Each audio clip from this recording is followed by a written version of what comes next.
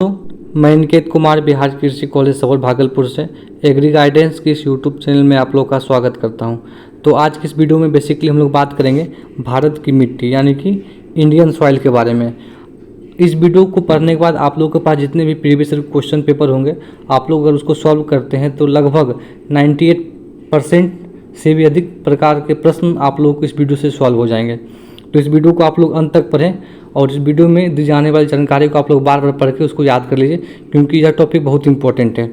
हम लोग बिना टाइम गवाए हुए वीडियो को आगे बढ़ते हैं। सबसे पहले इसमें लिखा हुआ है ICAR ने 1953 ईस्वी में ऑल इंडिया सॉइल सर्वे कमेटी का गठन किया। ठीक है, जब हम कोई भी चीज़ का अध्ययन करना होता है तो हम एक कमेटी का गठन करते हैं।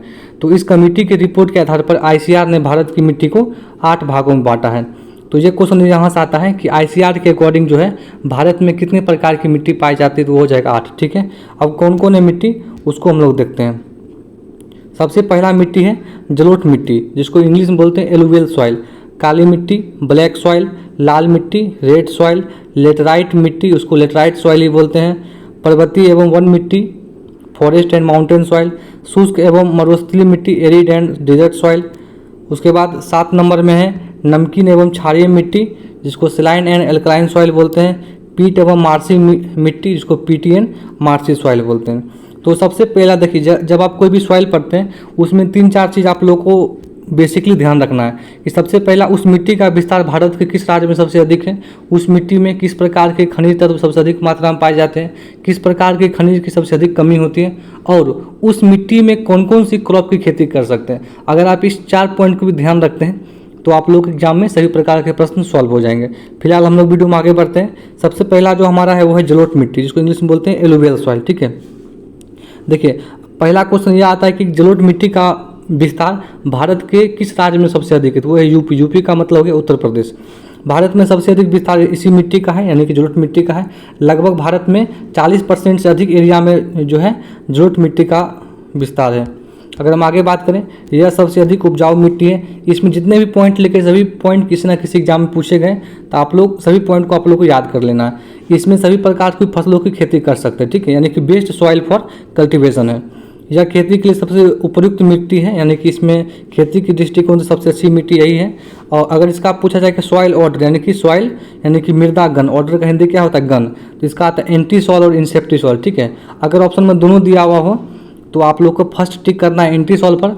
अगर एंटी सॉइल नहीं दिया होगा तो आप लोग को टिक करना है इंसेप्टी सॉइल पर। ठीक है, और इसमें कौन कौन से गुण पाए जाते हैं, इसमें किसी भी सनस्तर यानी कि हॉरिजन नहीं पाया जाता है, यानी कि जो मिट्टी में जो हॉरिजेंटल लेयर होता है वो इसमें नहीं पाया जाता है।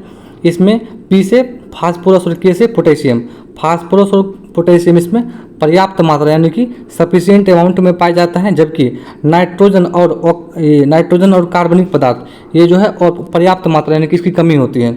इसमें जो है इलाइड सिलिकेट वाले खनिज अधिक मात्रा में पाए जाते हैं। ठीक है, इसमें जो है एक खनिज अधिक पाया जाता है, उसका नाम इलाइड सिलिकेट, इसको भी आप लोग को ध्यान रखना है। यह मिट्टी नदियों धाराओं के द्वारा बहाकर बाढ़ वाले मैदानी क्षेत्रों में जमा की हुई होती है। ठीक है, जैसे क्या होता है जब बाढ़ आता है या जो नदी का जो धारा होता है उसमें बहुत सारे मिट्टी के जो कण बह कर आते हैं, उसी प्रकार की मिट्टी को हम जलोढ़ मिट्टी बोलते हैं। तो यह मिट्टी जो है 2 प्रकार की होती है, एक होता है खादर, एक होता है बांगर। ठीक है, खादर क्या होता है नवीन, नवीन का मतलब होता है न्यू। ठीक है, जो नई जलोढ़ मिट्टी होती है उसको बोलते हैं खादर, मतलब जो अभी हाल फिलहाल में जो है नदी के जल के द्वारा बहकर कहीं साइड में लगा हुआ है। यह खेती के लिए सबसे उपयुक्त मिट्टी है, यह हाल में निर्मित जलोढ़ मिट्टी है। ठीक है, सभी पॉइंट बहुत इंपॉर्टेंट है। उसके बाद है बांगर। बांगर क्या है, पुरानी जलोढ़ मिट्टी को बांगर कहते हैं। यह खेती के लिए बहुत उपयुक्त नहीं है, मतलब क्या कि यह खेती के लिए जो सूटेबल नहीं है। अगर अब हम बात करते हैं काली मिट्टी, तो वीडियो में आगे बढ़ने से पहले अगर अभी तक आपने इस वीडियो को लाइक नहीं किया तो इस वीडियो को लाइक कर दीजिए और हमारे चैनल एग्री गाइडेंस को सब्सक्राइब भी कर लीजिए। काली मिट्टी का सबसे अधिक विस्तार कहाँ है, तो वो है महाराष्ट्र। MH का मतलब क्या हो गया महाराष्ट्र। ठीक है, बहुत बार एग्जाम में आता है कि काली मिट्टी का विस्तार सबसे अधिक कहाँ है, तो वो हो जाएगा महाराष्ट्र। काली मिट्टी का काला रंग किसके कारण होता है, वो होता है इसमें ह्यूमस जटिल एवं टिटेनीफेरस ऑक्साइड पाया जाता है। ठीक है, इसमें क्या होता है कि ह्यूमस कम्प्लेक्स एंड टिटेनीफेरस ऑक्साइड पाया जाता है, जिसके कारण क्या होता है कि इस मिट्टी का रंग काला होता है। अब अगर पूछा जाए कि एग्जाम में कि टिटेनीफेरस ऑक्साइड में कौन सा तत्व पाया जाता है, इसमें पाया जाता है मैग्नीशियम। ठीक है, वही यहाँ लिखा हुआ इंग्लिश में, due to clay humus complex and titaniferous magnetite mineral its colour is black. आगे हम बात करते हैं जो मोस्ट इंपॉर्टेंट क्वेश्चन बहुत बार एग्जाम में पूछा गया, इस मिट्टी में क्या होता है, फैलने और सिकुड़ने का गुण होता है। ठीक है, इस मिट्टी में फैलने और सिकुड़ने का गुण होता है। किस कारण से होता है, क्योंकि इसमें जो है ना फैलने और सिकुड़ने का कारण क्या है, मोंट मोरिलोनाइट, इसमें क्ले मिनरल पाया जाता है। ठीक, इसको भी आप लोग को ध्यान रखना। ठीक है, इसमें मोंट मोरिलोनाइट मिनरल पाया जाता है, जिस कारण से इसमें क्या होता है, श्रिंकिंग एंड स्वेलिंग प्रॉपर्टीज होता है, मतलब कि फैलने और सिकुड़ने का गुण पाया जाता है। यह क्वेश्चन जो बहुत बार एग्जाम में पूछा गया है। आगे हम बात करें कि यह मिट्टी कपास के लिए सबसे उपयुक्त होने के कारण इसे काली कपास यानी कि ब्लैक कॉटन सॉइल भी कहा जाता है। ये भी क्वेश्चन बहुत बार एग्जाम में पूछा गया। ऐसे तो जितने पॉइंट सभी इंपॉर्टेंट है, लेकिन इस पॉइंट को आप लोगों को बहुत ध्यान रखना है।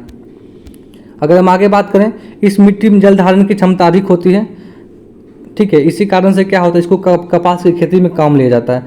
कपास में क्या होता है, कपास की वृद्धि और उपज के लिए, मतलब वृद्धि और बढ़वार के लिए अधिक पानी की आवश्यकता होती है। तो काली मिट्टी क्या होता है, पानी को अपने अंदर बहुत लंबे समय तक एब्जॉर्ब करके सोख कर रखती है और प्लांट को पानी जो है उपलब्ध करवाती है। इस कारण से कपास की खेती के लिए हम लोग काली मिट्टी का उपयोग करते हैं।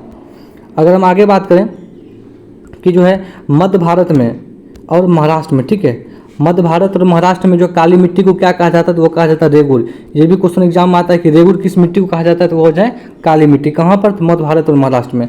इस मिट्टी को यूपी में जो है कराई कहा जाता है और गुजरात में भेल कहा जाता है। ठीक, आगे जो मोस्ट इंपॉर्टेंट क्वेश्चन है कि सूटेबल क्रॉप यानी कि काली मिट्टी में किस फसल की खेती सबसे अच्छी होती है, तो सबसे पहला है कपास, इसके साथ ही साथ गन्ना की भी होती है, सोयाबीन की होती है। ठीक है, और ये भी क्वेश्चन बहुत बार एग्जाम में आता है कि इसका सॉइल ऑर्डर यानी कि इसका मृदा गण क्या है। ठीक है, इसका मृदा गण कौन है, यह वर्टिसॉल। ठीक है, इसको भी आप लोग को ध्यान रखना।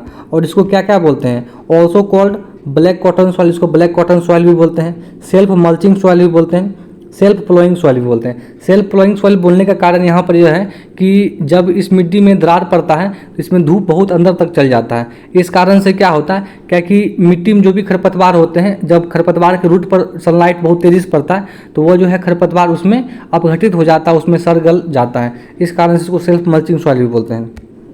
आगे बात करते हैं कि लाल मिट्टी। ठीक है, लाल मिट्टी से जो सबसे पहला और मोस्ट इंपॉर्टेंट क्वेश्चन है कि लाल मिट्टी का विस्तार भारत के किस राज्य में सबसे अधिक है, तो वह है तमिलनाडु में, उसके बाद है कर्नाटक। ठीक है, उसमें इसमें किस किस क्रॉप की खेती करते हैं, इसमें जो है धान की, गेहूं की और कॉटन की खेती करते हैं। लाल मिट्टी का लाल रंग बहुत इंपॉर्टेंट क्वेश्चन है। यह क्वेश्चन जो है BCC 2020 में पूछा गया है। लाल मिट्टी का लाल रंग हेमाटाइट कारण होता है। ठीक है, और इसमें कौन से तत्व पाए जाते हैं, इसमें पाया जाता है मैग्नीज और आयरन।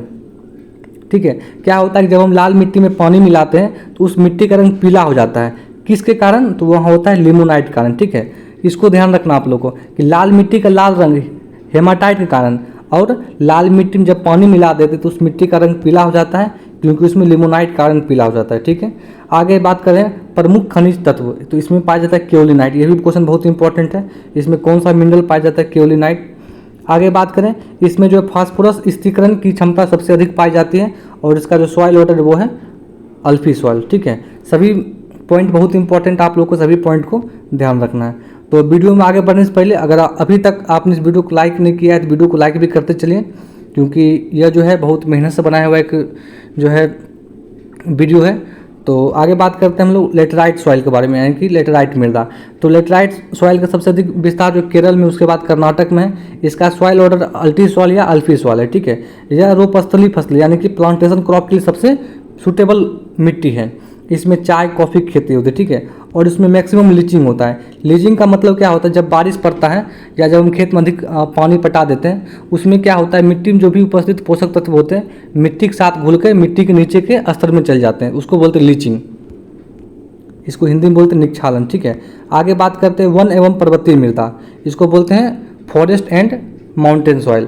इसमें ओ संस्तर यानी कि ओ होरिजन पाया जाता है। देखिए ओ संस्तर का मतलब क्या होता है, जैसे कि मान लेते वन है, वन में क्या होता है, जब पत्ता गिरेगा तो पत्ता आपस में अपघटित होकर एक पत्ता के ऊपर में लेयर बन जाता है। चूँकि वहाँ खेती तो होती नहीं है, इस कारण से ऊपर में एक लेयर बन जाता है।